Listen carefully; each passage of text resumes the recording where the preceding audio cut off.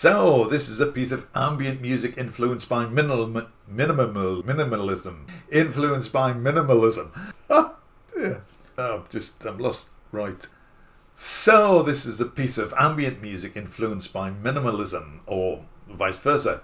It was a live performance. I've done several live performances for my own amusement only, and I thought the thing to do would be just a video one. So I did. But it was terribly boring. Well, the performance was boring. I hope the music is not boring. But basically, during the whole performance, I move a couple of knobs and sliders and flip a couple of switches. The patch is basically set up to be, I guess, self-generative. So I guess that is perhaps ambient stroke, minimalist stroke, self-generative.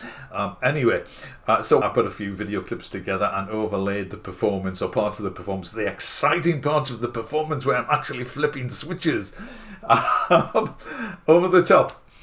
So I hope you enjoy that. Now, when I'm watching a performance on YouTube, I really like to see what the performer's doing. I like to see the gear they're using, why they're using it, what they're doing with it. So that's what I'm going to explain, because you won't get so much of an idea from the video. Now, if you're not interested in that, which is absolutely fine, if you want to skip straight to the music, it is at this position on the timeline, and then if you do want to know what it's about, you can come back here. Okay, so the heart of the system is the Doepfer Dark Time sequencer. Now, this is one of my favorite step sequences. I love step sequences.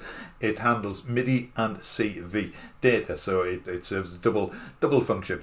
I've set up a 6-step sequence which feeds into the Behringer 2600. There's nothing special about the patch. It's a sort of switch on patch, but it does feed into the TC Electronics M100 effects unit, set to a delay which gives it a little bit of a sheen and sparkle and adds a bit of interest.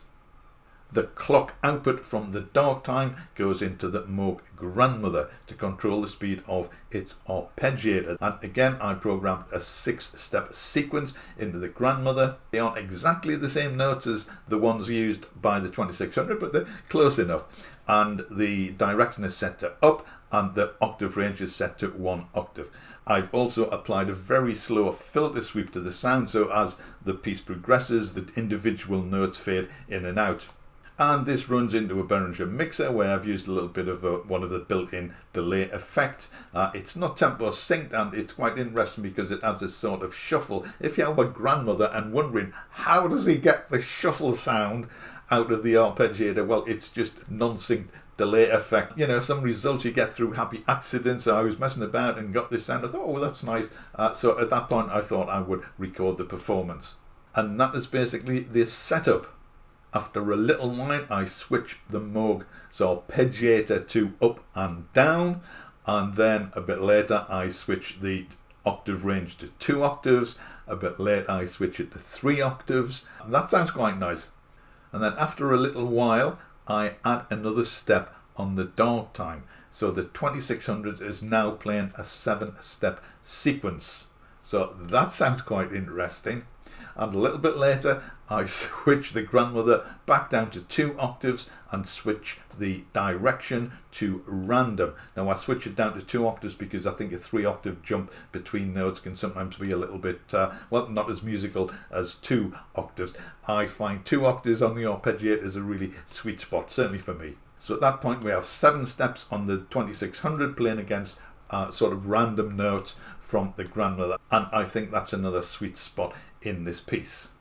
And then I swamp the Grandmother by turning up the reverb so the notes get a bit muffled, and then I fade that out, and then I fade out the 2600. End of the piece.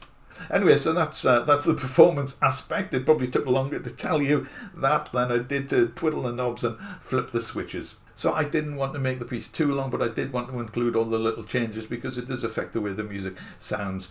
So anyway, I hope you enjoyed. If you do, please consider subscribing and ringing the bell and hit the big thumb. So here's sequences 1.